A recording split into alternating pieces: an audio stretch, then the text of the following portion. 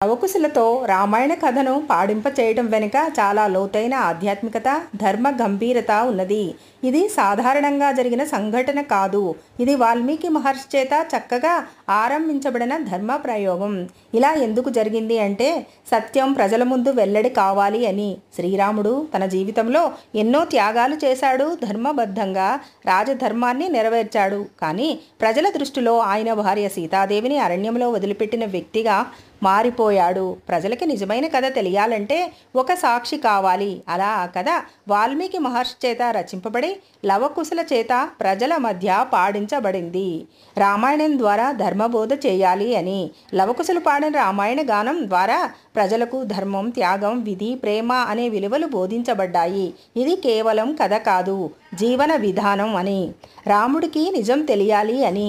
శ్రీరాముడు సీతామాతను వదిలిన తర్వాత ఆమె గురించి స్వయంగా ఏమీ తెలుసుకోలేదు.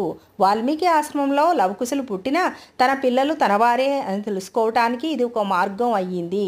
రాముడు వారి పాట ద్వారా సీతామాత యోగ్యత, తన కర్తవ్య వైఖరి, పిల్లల ప్రతిభ అన్నీ తెలుసుకున్నాడు.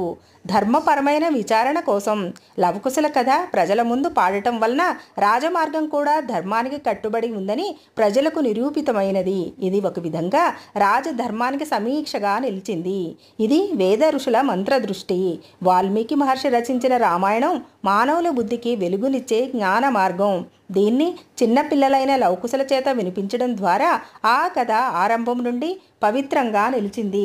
పిల్లల మాధుర్య గానంతో ధర్మం మరింత ప్రభావవంతంగా ప్రజల మనసుల్లో బుద్ధిగా నిలిచింది. రాముడు తన కథను తానుగా చెప్పుకోలేదు. ఎందుకు అంటే ధర్మబోధ ఇతరుల ద్వారా వచ్చి అది వినపడితేనే నిష్పక్షపాతంగా ఉంటుంది అని.